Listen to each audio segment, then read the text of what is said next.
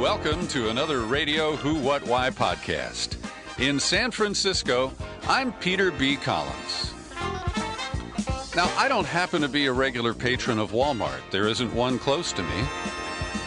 But I have darkened their doors on occasion, and I often wonder what it's like to put on one of those vests and put in 8 or 10 hours on the floor at your local Walmart.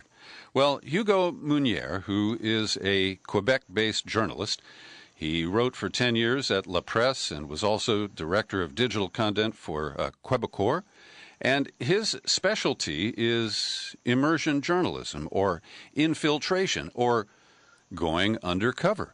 And he spent about 90 days working at a Walmart outside Montreal. Hugo, welcome to the podcast. Thanks for having me. Good. Well, it's really great to talk with you.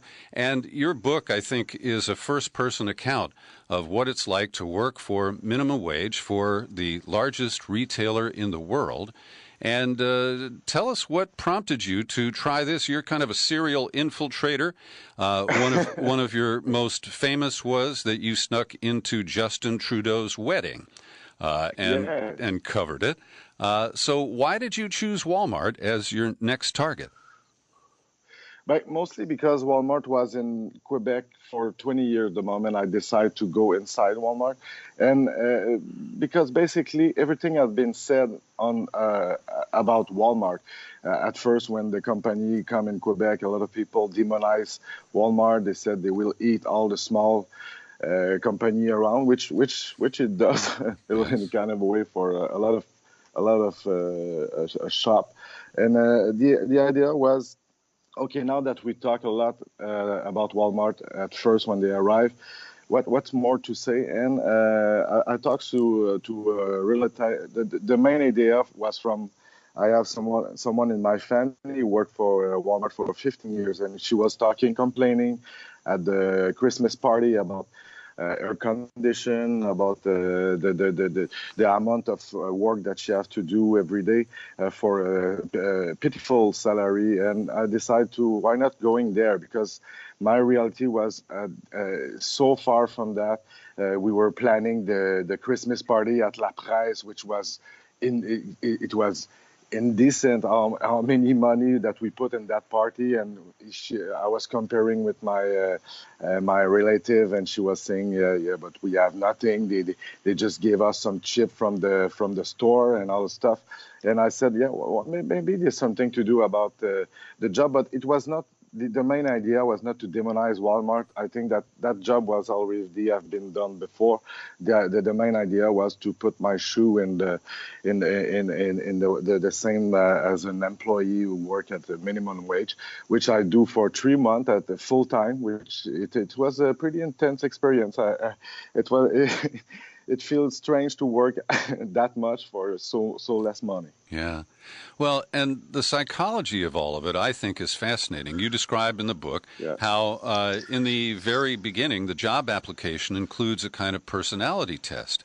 And they're weeding out people who won't buy into the Walmart dream, that by slaving away at minimum wage, there's going to be the opportunity to rise to the top and become, a Walmart manager or even an executive in Bentonville, Arkansas.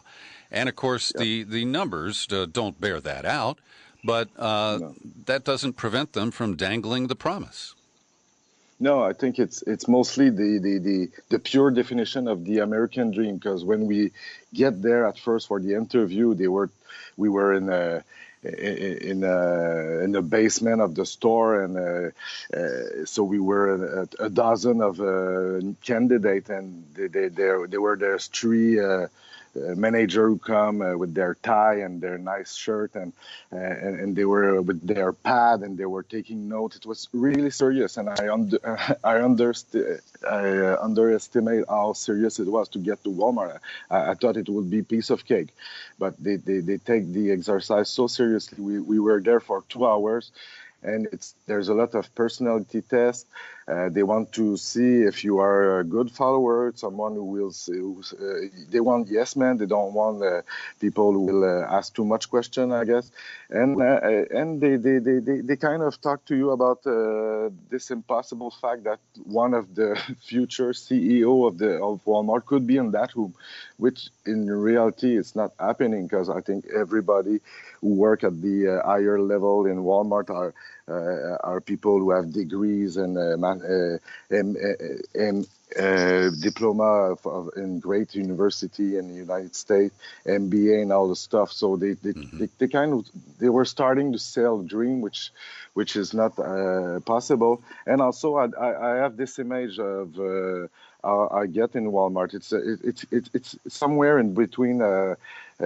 Somewhere in between of the army and Walt Disney, because they have all this funny approach. Like you might have heard about the cheering song every morning, which is true. So every morning we were clapping our hand and singing the Walmart song. So they tried to put. Can you give us a couple of phrases from the Walmart song, Hugo? I've Yeah, never heard it. But basically you have to clap your hand and repeat all the letter of Walmart. So WAL, you clap your hand, and when what does it? You have to shout Walmart at the end. And where is the best store? It's in Montreal, Saint Leonard. You have to cheer for your own store. I think everybody in all the employee of the Walmart around the globe do the same thing. Adapt to their local store. That sounds. You know, you mentioned a comparison to Disney, and that kind of reminds me of the Mickey Mouse Club theme song, where they spell it out MICKEY. Yeah. Probably, except nobody was Justin Timberlake and Britney Spears at my store so far. And Hugo, one of the things that it really strikes me that defines the wealth and income gap in the United States and in other countries as well is that Walmart is so profitable. They earn billions of dollars every year. Yet they pay their employees at the lowest possible rate, and they dangle small amounts of cash as an annual bonus to try to get people to just act like sheep and follow all the instructions and take pride as if they kind of make the claim that employees are stakeholders, but they're clearly not shareholders who actually benefit from the massive profits that are generated. Yeah, for sure. So in that point of view, Walmart, it's a perfect machine, because the price are cheap for real. If you go to a Walmart, you can do your shopping there, you can do your grocery there, and you will pay less than any place around, because they have this power. Because a supplier or a big company like Heinz, Kraft, they want to put Walmart on their list of customers. So, Hugo, what you're mentioning, I think, is really significant, because Walmart really flipped the paradigm in terms of being able to force its suppliers to deliver merchandise at a certain price point. And in order to deliver the lowest retail price, Walmart grinds its suppliers, and that in turn pushes the entire production and manufacturing processing chain to lower its costs. And it becomes a whole race to the bottom. Yeah, that's it. And I think the word enslave is not too far, because the Walmart have now the power to enslave those suppliers, those companies, to them. Because if you are a company and you have a contract with Walmart, it's the jackpot for you. So you want to be in Walmart for every product now, even library. We have in the store I was working, there was a huge library department, and if you are an author and you release your book, you want to go in Walmart. If your book going in Walmart, you'll become instantly a bestseller. Fortunately, my book didn't go in Walmart, which would have been a good somehow I imagine they wouldn't see it as a good product for their their patrons. But seriously, I thought, because there's really wise people in Walmart, and I thought these people, it's money talk, and maybe if I won't be that surprised if they sold my book at Walmart. That will be proving that they are genius. They are not just stupid, and they don't. I don't think I hurt their feeling with my book. Now that it's translated in English, I don't know. Maybe somebody in Bentonville would heard about it, but I think in Montreal it was cute. It was a nice book, but the parking lot of every Walmart around your home, my home, are still busy today, and there's customer all along. But the model changed. Now we form a generation of employee who are poor, working class. So the employee in Walmart now, that with this economic system, it's poor employee that work in that system, compared to the mid 50s with the car industry, who was producing middle class employee. So it's completely different. And one thing that is important, interesting, is every associate, so-called associate, employee in Walmart, are customer of Walmart, because they don't have enough money to go somewhere else. So a lot of I was amazed to see that after every day after the shift, I saw my fellow colleague, who take a caddy, and they just do their grocery, and they bought the Christmas present for their kids. So all the money, the few money they get from this company, are reinvested in the same company, which is mind blowing. Yeah, yeah. Now, Hugo, because your resume included some experience working at a supermarket when you were a young man, you got a signing bonus when you started working at Walmart. Explain the mechanics of the pay scale. Yeah, it's funny because the pay scale is nobody has the same salary, and I think they don't encourage us to talk to each other, because to not discover that everybody has different salary. And me, I have 5 years in a grocery store when I was a teenager. It was a student job, so they calculate that each year is 20 cents experience that they can put of my new salary. Yeah. So I with 5 years, I have $1 more. But I also talk to I make a friend there in 3 months, which is a good thing. And she was a mother. She never worked. It was her first job, and she was the mother of a girl of 5. And they calculate, which is cute, they calculate that each year of maternity, it's 20 cents. So she had $1 bonus too, because of their motherhood experience. And in general, you're not supposed to be talking to the other employees, the so-called associates, except about, where's the peanut butter, right?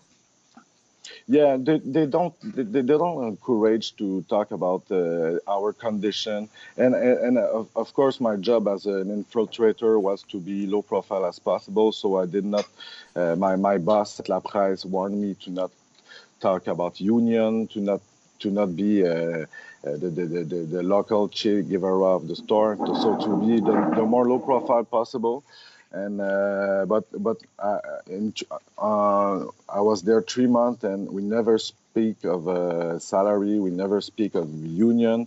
But of course, a lot of people complaining about their job, because it's a shitty job. It's a hard job. You work. You deserve every cent of your minimum wage, and I think I consider myself as somebody who worked a lot. I'm not afraid of working, but I never see that amount of job in a job so far. And I worked to a lot of job before, but it was the first time I saw a job that they put me new responsibility every week. And after 3 months in my dairy, I was in the dairy and frozen department. I was the more ancient employee, and I have all the responsibility. I was in charge of the forklift. I was in charge of the youth, the teenager, the students. So because I was older, I was in charge of supervising them. And I was, for sure, of course, taking care of the customer, which is the worst part. And Hugo, you mentioned unions and that you're forbidden to talk about that. You explain in the book that they put you through a series of training modules that are boring and repetitious. But one of them Yeah. that was about unions included these very strong pro-management messages. Unions cannot guarantee higher wages or better benefits or your employment or the number of hours worked or prevent terminations or set job standards. They can only collect fees, fines, and assessments, negotiate, and strike. Now, that isn't fair to unions, but that is the management perspective, and they really cram it down your throat when you work at Walmart. Yeah, and they don't talk about union, but the few time that you heard about it, it's pure evil for them. It's the demon incarnate.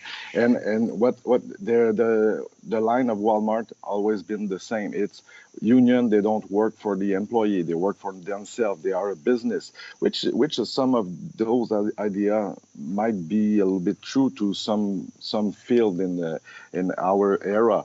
The union don't do the same job that they were doing in the mid 50 or mid 60 and but still they were prevent because it was pretty easy to figure what would be the worst case scenario with union in Quebec, especially in Quebec, because the only union attempt so far was in Jonquière, which is a city in Quebec, and Walmart closed the store because they when they get the union accreditation, which was the first one ever, and so it was always this threat was there. So you don't talk about union because everybody knew that if you unionize, they will they will close the store, which they already have done. So I think they're not bullshitting with this. Mm-hmm.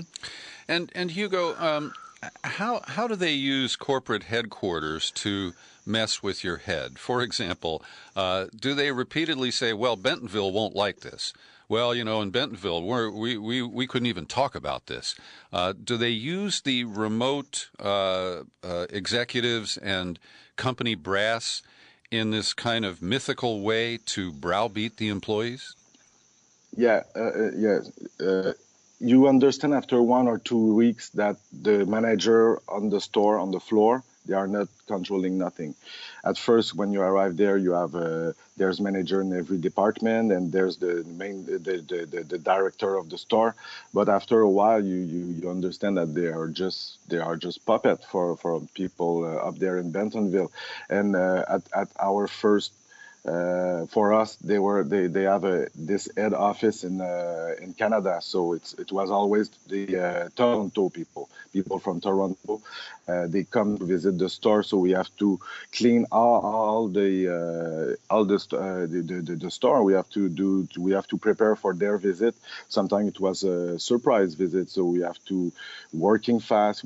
It's. I have an example. Sometime one day we have this big place in the middle of the right in front of the entrance. There were chocolate bars, Kit Kat and Winery, and they asked me to replace those chocolate with better chocolate like Ferrero Rocher, more quality chocolate, because the people from Toronto, they were coming and they want to see something cute, good chocolate. So it was like this. And when you complain a little bit about how hard is the job, which everybody was doing all the time, but they were putting their responsibility on people in Toronto, on the pressure that they have from the people in Toronto, from the people in Bentonville, which was a real pressure, I'm sure, 100%. I think that manager in my store were scared to death of people in Toronto, and those people in Toronto, I'm sure they were scared from people in Bentonville, because the budget, the money that Bentonville have for their budget of to work this big system, it's crazy. I think I've read, and I think I put it in my book, that it was something equal with the budget of the NASA. So Yeah. So and it's crazy. If you have a freezer broke and the temperature is going low, you have to call Bentonville. Everything is pilot by Bentonville. So Now, Bentonville, tell us a little bit more about this. So, is there some sort of massive control room in Bentonville where they yeah, have alarms that go off if the dairy freezer at your store yeah. outside Montreal, the temperature rises too high?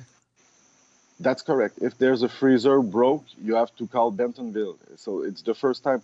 Before I heard about Bentonville of the in Arkansas all stuff. The first time they were mentioned that name is because there was a freezer was broke, and they said, okay, we will need to call Bentonville on that. And Bentonville already knew it, and they will manage it by distance. And I because I was serious in my investigation, so I've been to. I visit Bentonville to see. I want to to go in the nest. Right. And when you arrive there in Arkansas, it's pretty strange because you thought about an evil company like the Mordor and Lord of the Ring or something, but when you arrive there, it's beautiful. It's a peaceful community. The main office in Bentonville. It's not a huge building with several floors. It's just one flat building, and there's a cow in the field around. It's a beautiful place, and I talked to a lot of people there, and they're so proud of Walmart. It's a big. They're proud about it. It's the American dream. A lot of people living there see the Walton family a lot. They were there to witness Sam Walton, who's cutting his hair at the same place even when he was super rich. They see Sam Walton driving with his old truck with the dogs in the trunk. So this community, this sentiment was I think pretty real. People were happy, were proud about the company. But the moment you go further from the company, like in Montreal, you don't feel this community sense. You lost it completely. But I can believe and I can understand that when you are the 2 foot in Bentonville, it's quite a success story for them. And is there any acknowledgement? I don't expect there is, but I got to ask you this anyway, because, the original mission of Walmart was to provide low prices on American-made goods. And that was the original premise. And at some point, it was in the 1980s, after they'd had this explosive expansion, they decided to start, importing products from China, and it really led to a decline in the quality of consumer goods in the United States. But most people are more interested in low prices than better quality. Yeah, but I think that, and it's interesting the point you bring, because I think that their primary mission is made because for sure it's cheaper than everywhere else. And if you go to the nearest Walmart after this interview, the parking lot will be full and people will be there. And I saw the difference on my bill, the grocery and all the stuff. But and I was lucky enough in life to don't need that. I never need to go to Walmart. And by principle, now I won't go to Walmart. But I cannot condemn people who go there. But I think the main problem it's a vicious circle because you need to go to Walmart, but by doing that, you're keeping this poor class of employee. So it's more a moral question to go there or not for me, but for a lot of people, they go to Walmart because it's cheaper and they have no other place to go if they want to spend their money. Mm-hmm. So, Hugo, you spent 90 days roughly working at Walmart, and your final day was the day after Christmas, Boxing Day, which is one of those, incidents where the consumers often get out of control. They line up early. They act like a herd of cattle stampeding into the store when the doors are opened. And the kind of humiliation that you experience as a Walmart associate. Can you give us a quick description of that? Yeah, imagine you might have worked some shitty job when you were young. Imagine the worst customers, and they all go to Walmart. It's the worst I ever seen, and because that's what Sam Walton wish. He said that the real owner of Walmart are the customers. So you have this quote who said that the customers they are our real owner employer, and they can fire us by not coming to our store. So this is the reason why we always the manager always talk to us about to be so polite and gentle with the customer, and when they say something you have to agree with the customer. If even when they stole, because I saw a lot of customer who go there and they just open boxes and try the new crackers because it's okay, and when you ask him to stop doing that, he said, come on, you made so much money here, it's just 1 box. And he's right, it's just we make money and it's just 1 box, but they are rude and it's pretty intense. And I think I underestimate a lot the customer experience, which is in one day you can talk to 200 people in the same day, and more than half of them are pissed at you, pissed about everything because they don't find their product, and because they I don't know, they have their life and they go there, and I think the associate of Walmart, it's at the bottom of the chain for them, and I don't know, they pass their frustration on them. But yeah, I was working at the Boxing Day, which was the worst. I don't know if you ever seen the Walking Dead TV show, but Sure. they were they were there outside before we opened the door at 1 o'clock in the afternoon for the Boxing Day, and there were hundreds of people waiting, and we can see them through the door, and it was frightening. And when they go inside, they rush to the electronic, and they just rush. And you can see on YouTube some riot video of the Boxing Day in Walmart. It's frightening. It's pretty frightening. You have a glimpse of what would happen if the apocalypse start. Well, But it kind of makes the run of the bulls in Pamplona, Spain, seem like safe compared to a stampede at a yeah, Walmart on a sale day. yeah, And it's something like that. Hugo, one of the things that really struck me in the final pages of your book, as you're describing what happens during the Christmas holidays, this is when retail makes its nut for the year. And yet you Yeah, describe how these minimum wage employees see their hours cut during the yeah, holidays when they need more money to buy gifts for their family and, enjoy something yeah. of a break. And yet Walmart ruthlessly will cut the hours of many people. And that seems counterproductive. I mean, it's the time of year when they're making massive profits. Why do they put that squeeze on the workforce?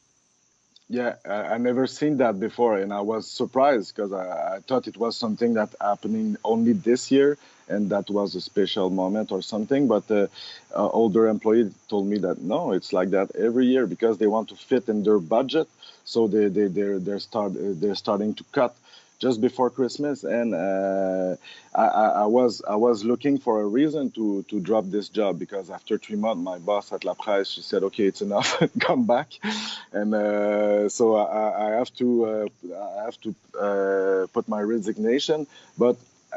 It was easy I thought it will be hard to get out of there, and but I just have to talk about the fact that they cut half of my hour, and they know that I have 2 children, and so they just did. It was a real reason to quit, even if I was not a journalist in Filtrate. I could Hmm. not stay there if I was there for real. I cannot work 20 hours at $11 per hours to make a living for my family. But they're doing that all the time, and a lot of employees they were telling me, yeah, you just have to.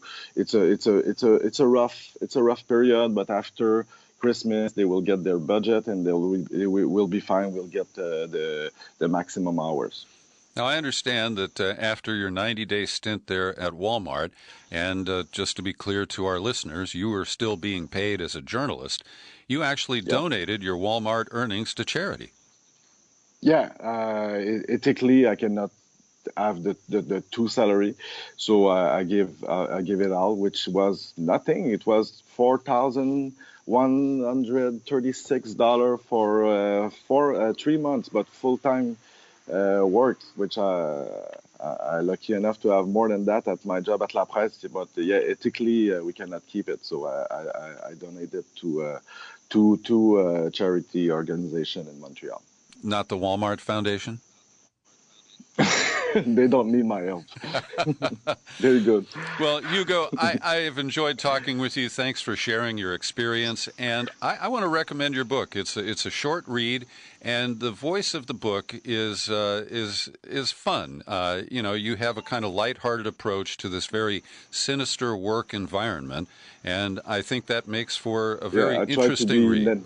Yeah, thank you so much. I'll try to be as naive as possible when I was writing it, and I was not the main idea was not to demonize Walmart.